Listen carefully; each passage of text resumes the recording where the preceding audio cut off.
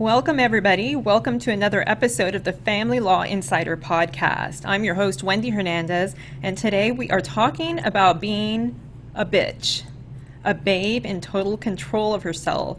And I have the expert on being a bitch with us, Fiona Fine. Fiona is an author, a speaker, and the editor-in-chief of an online magazine called Women Who Run It, Your Life, Your Love, Your Terms.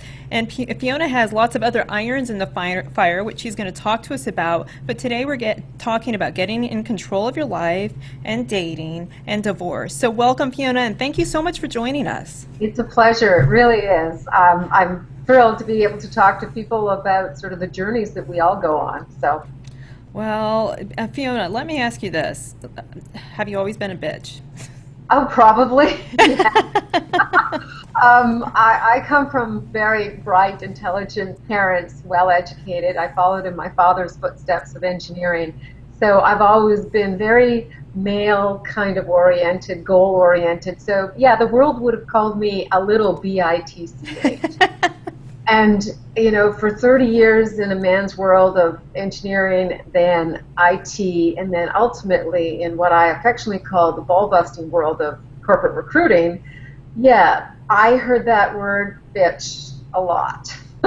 So, you know, it really has been part of my background, and I think a lot of women hear it, you know, when we are drivers, when we're aggressive and assertive. Do you think it's a bad thing for a woman to be referred to as a bitch? Not now. See, Yeah. I took a disempowering word, and I really how the book came about was to take that and all the things that I've learned in the trenches, what my clients have learned, and how to take that to what we now say is an empowering type of word, which is babe in total control of herself. And there's a lot of different acronyms for bitch, and it's whichever one resonates. But that one really resonated for me, and it literally it took my journey in a whole different way, and I'm able to, when I'm talking to my clients, I'm able to sort of reframe the negative to the positive. So I love being called a bitch. My guys will call me a bitch, and I'll go, yes, I am. And they know that they're walking into it.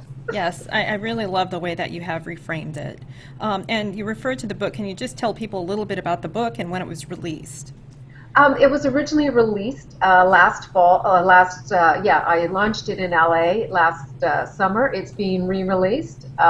It has, what we're working on is a practicum that's going to go with it, because what it came from is, you know, there's quite a lot of strategy and how to be a bitch and the pieces, and you and I will talk about, you know, what happens in our relationships. The full name of the book is B.I.T.C.H, Babe in Total Control of Herself. And the subtitle is Stop Chasing Men, Start Choosing Love. And I think that is a big piece for women coming from a guy's world, though, and knowing how men think after 30 years of working with them. There's a lot of it from a very different perspective than many of the books, because that's my experience. My mess is in there, and my mess became my message. So. Oh, great.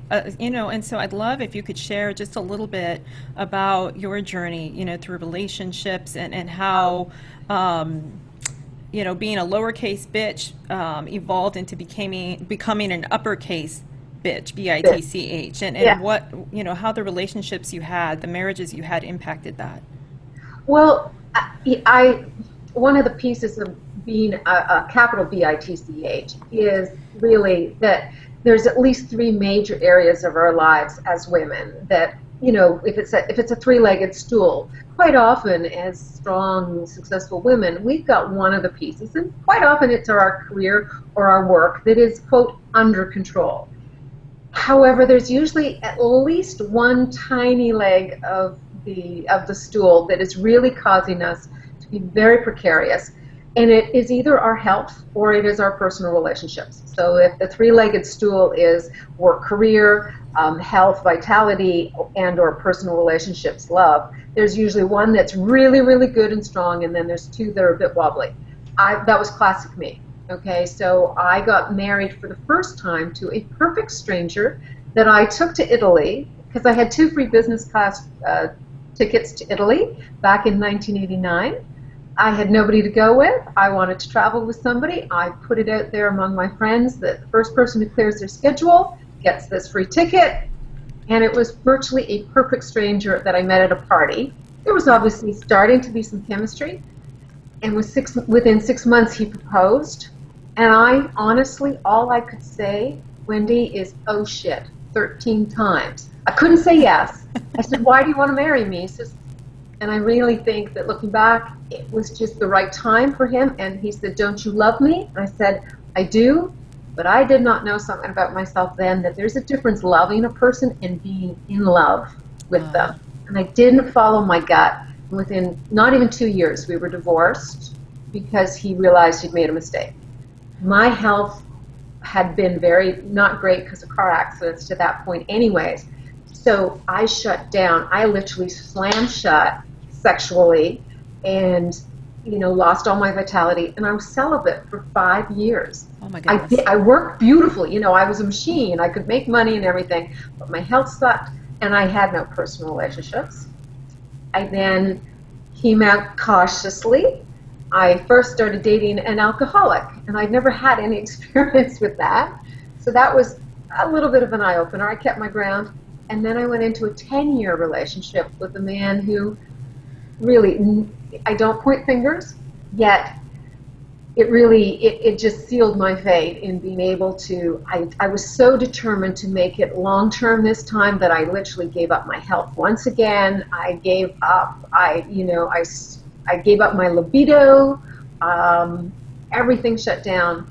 And it was only in my late 40s that I cracked open once again and went, I can't live this way. And then, you asked me how capital B.I.T.C.H came about. I jumped into the dating world and had so much fun after I left that 10-year relationship. I went on what I affectionately call the 4-man plan. I dated multiple men. I explored. I found myself. The sassiness, the sensuality, everything that I had been missing in that 10 years and in many years before that. I just did a 180-degree turn. And so that's how it all came about. So that's an amazing story, Fiona. And, I have a couple of questions. First of all, after the end of the second marriage, how long was it before you jumped into the 4-man plan, as you call it? It was my old best friend that gave me a secret. You see, I was going to go back. I was sitting in my lake house at the time, and I realized I was ready to start dating. It wasn't the reason I got out of the relationship or anything like that. But, there's a time when you think, okay. And then I went, okay, I'm looking for a really, well put together man. I was excited, and then I went, oh, crap, how do I find Prince Charming? And I started to panic, and it was my male best friend that said, whoa, stop. Don't do the exact same thing you've just done several times before. Why on earth would you do that to yourself? You're going to end up either, alone or in a bad relationship. And he gave me that secret of why not date like a man does. A man doesn't date with an end goal of having a relationship quite often. A man dates for the exploration, the enjoyment, the fun, the experience. And so it was about 6 months out of my relationship, not even. I cleared the dust and everything, and I'd gotten healthy, and I dove back in, and oh my God, I had a blast for years because there was no end goal. I wasn't looking for the one. I was looking for love for the right reason. Fiona, why do you think it is that women frequently date to find the one? Because I know when I was single, that was my end goal, and I think it would be great if they could shift and do what you just described. But why do you think it is that women are more prone to that? Well, in that respect, I think it's because society, I'm just going to plug in for a second, society has a lot, in my opinion, to answer. Women quite often don't give themselves permission to live on that edge. And, I've explored, it's in the book. I have one woman's opinion on being the other woman. I tripped over that inadvertently. I ended up, I wouldn't say in an affair because I was single, but in the eyes of the government, he wasn't single.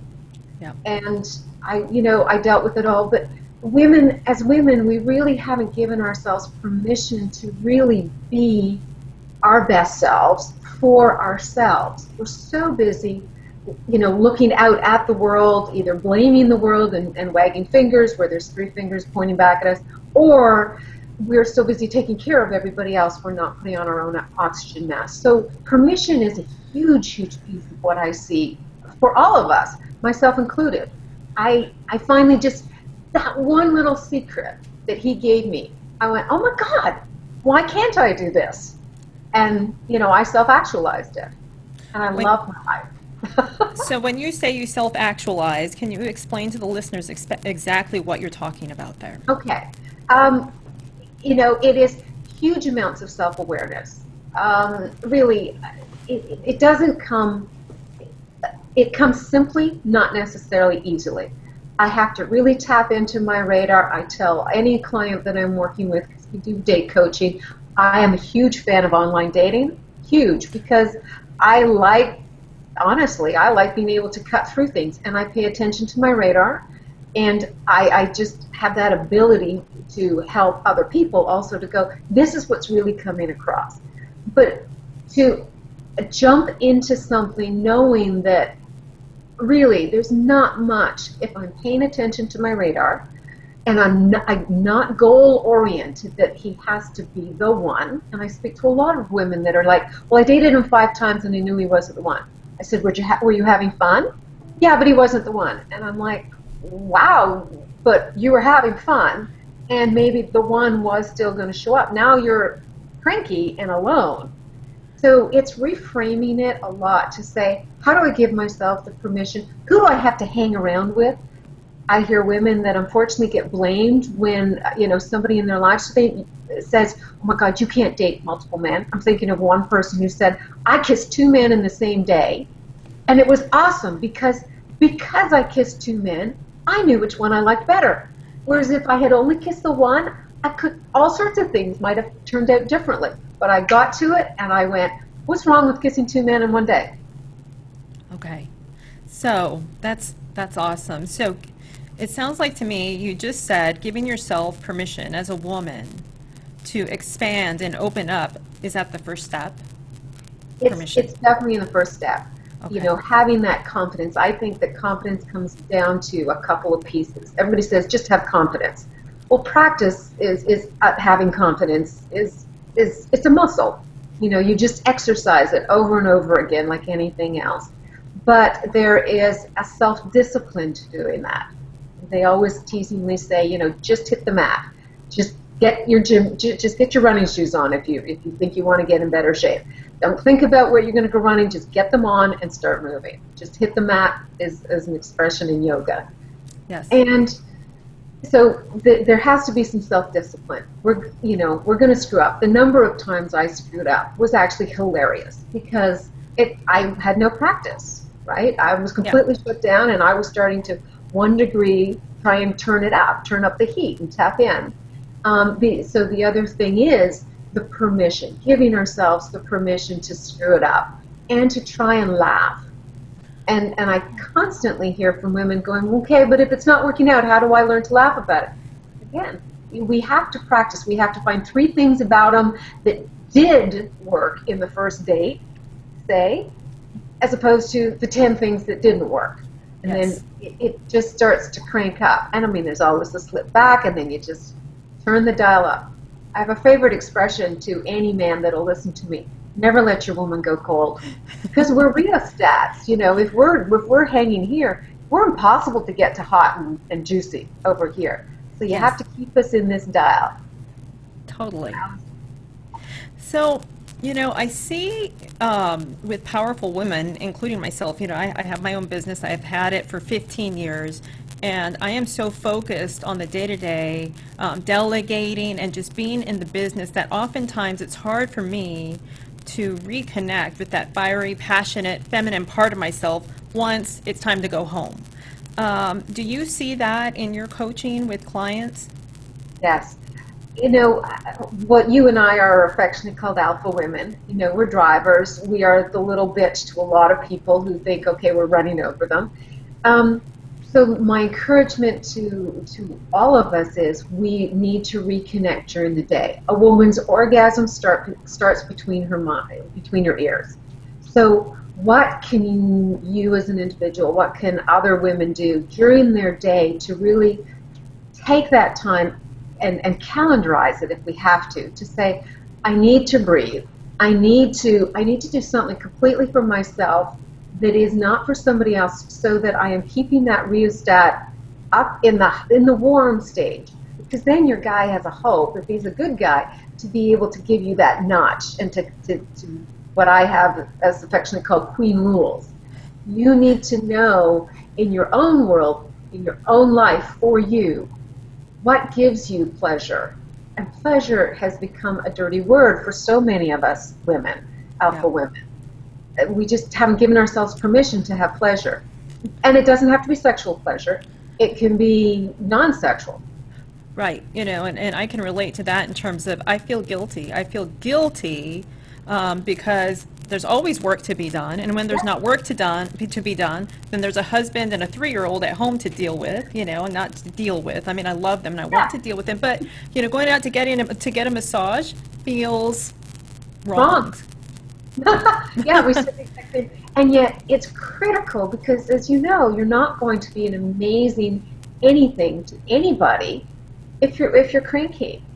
Yeah. We just don't have. We're pulled in so many different directions that we forget to literally put on our own oxygen mask. And I'm sure I definitely know it from me. When I am warmer and fuzzier, everything works better.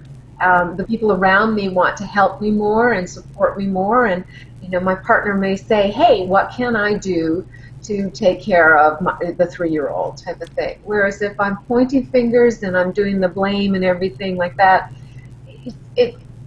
we're sabotaging ourselves. And unfortunately, we as women often do self-sabotage ourselves. Yeah. We make it really hard for men to cherish us, adore us, if we're always on our alpha game. We have to learn to surrender. And oh my God, for the first 20 years of my life, maybe 30, the word surrender was a dirty word. There's no way. I was never going to surrender. I had the shield and the pitchfork up, and I was conquered. So can you talk to me a little bit about boundaries in dating and relationships? And I think we've kind of been talking about that in terms of what a woman needs or what her limits are in terms of taking care of herself. But how about the expression of boundaries when you're out in the world having fun, dating? Well, radar, okay, women's intuition, okay, and I could speak that guys want clear, open communication. They don't want blame. The 3 things of keeping a man happy, which are different from a woman, are we approve that what I call AAA support. Approve of him, acknowledge him, and appreciate him. So one way of doing that is open communication that is not blaming. So bringing it back to women, how do we know what really is picky versus discriminating in our lives? Okay, can I get over the fact that my partner chooses to leave his wet towel on the floor? Am I going to pick up after him like I would pick up after a 7-year-old? Okay, so that's a boundary that I have to be clear to say, it's going to sit there, and I'm going to ignore it, and I can't let that one piece, or if it's in a dating situation, I can't let exactly that he uses his fork in the wrong hand really bother me. So it's always constantly sort of tapping in and tuning into what's going on for me and going, I have a choice. I could be right or I could be happy. Yep. Okay? But communicating the big pieces, as you know, the 4 worst words are we have to talk. Those are Right. 4 words that no man wants to hear. We have to talk. So again, it's finding a way to, take a deep breath, find out what's really matters, and then finding a way to broach the subject so that it's not blame on either side. As you've heard, if we're pointing one finger, there's 3-4 fingers pointing back. There's something about the behavior we don't like. So boundaries is self-awareness in many respects, and then the open, honest communication. Okay, thank you. So in terms of the communication, how important, in your viewpoint, is the word no? Well, I've asked many guys, I go, did you not hear me say no? And then I would tack on the words, oh, you heard the oh part. You lost the N part. Yeah. So no is really critical. I have a personal pet peeve on anything with the word but in it. So no and is a better phraseology for me. Yes, yet. So I've traded out some words in my vocabulary so that it seems to work better when I am communicating and when I do relationship coaching. There's a couple of words that really can change how we interact, especially it can be female-female, but especially between female to male communications. If anybody hears but, their brain shuts down. They do not feel heard. Right. And I love it. It seems like you have this idea of shifting your perspective or pivoting down to an art almost. It's reframing it, as I teasingly say. Nothing's going to work well between men and women. Women are the picture, men are the frame. Neither of us works well without the other person, supporting. It doesn't work. But it's always, it's digging below the surface of the emotion. If it's a negative emotion, and saying, how do I reframe this? How do I give it some lightness? How do I find a magic chuckle? And I mean that you asked what to do during your day. How do you find the magic chuckle so that you've had a little bit of lightness during your day, so when you go home, you're not like you're bringing it all home with you, because your man can't love you then. Right. Not easily. He's going to struggle because they really, really are simple creatures, and they admit it. They don't think they're complicated at all. And having lived with and worked with them, they're very simple creatures to keep happy. Okay. We're way more complicated. Yeah, I mean, I can speak for myself, and I know I'm crazy complicated. So is there a piece, though, I've had to look at it and go, how do I simplify my life? How do I make choices? How do I give myself permission that I am not going to be, if the community and getting out in the community is tough for me and my body and things like that, how do I give myself permission that that's just who I am, as opposed to feeling guilty? Because guilt it's a downward spiral, as we know. Yeah. So practically speaking, Fiona, how does somebody dig in and start doing this work that you've been talking about? Does it require more than just picking up a book or buying books or reading your book? For you, how do you think a person could most effectively start to reframe and shift their lives and get more in control? We sponsored the Thrive event with Ariana Huffington, Women Who Run It, which is the digital publication for women leaders. And even though we have both the dating advice site, which is how to put the fun back into dating.com, and womenwhorunit.com, there's a lot of overlap between the two. We are all women, so there's a lot of overlap. And yet, I'm in complete agreement that sleep matters, meditation matters. Really, I have a brain stream that wakes me up every morning, and I don't think my guy would get laid if I did not know how to turn my brain down. just go, okay, I've got to surrender, I've got to lose it, I've got to find the joy. I may not want sex right then and there, but if I can find desire for pleasure, be it non-sexual or sexual. So meditation is huge for me. It's one of the few things that I think has saved my butt, and I advocate as much as possible. Even if it's not a proper meditation, it can just be spending the time listening to the music as opposed to listening to the news. The world is going to do whatever the hell the world wants to do. I have had to go on an information diet. I don't hear what's going on in the world. If I need to know, somebody will be telling me that Iraq blew up. Yep. Because I can't do anything about it. I can only love me, my loved ones, and and push it out from there. I can't take on the pains of the world. Oh, that's excellent, and that's powerful advice. Thank And I you get for more that. sleep. Yes, I mean, sleep is so important, so Or, important. or even, or even just a nap, or I have slept on my office floor, 10, 15 minutes just to breathe and to just bring the stress level down so that I'm not a crazy little bitch. Yeah. How much sleep do you get? I'm curious. I'm menopausal, so that's a whole different ball game. Yeah, 5 to 6 hours, but then Yeah. I will meditate. I have enough meditations that I can put them on, and it will usually get me back to sleep for another hour or so. But either way, it's a good meditation. In theory, is better than sleep Yeah. because it takes the brain and it just serenes it back to sleep. Excellent, Fiona. Thank you so much. And our time is up, and you, Oh, it went really quickly.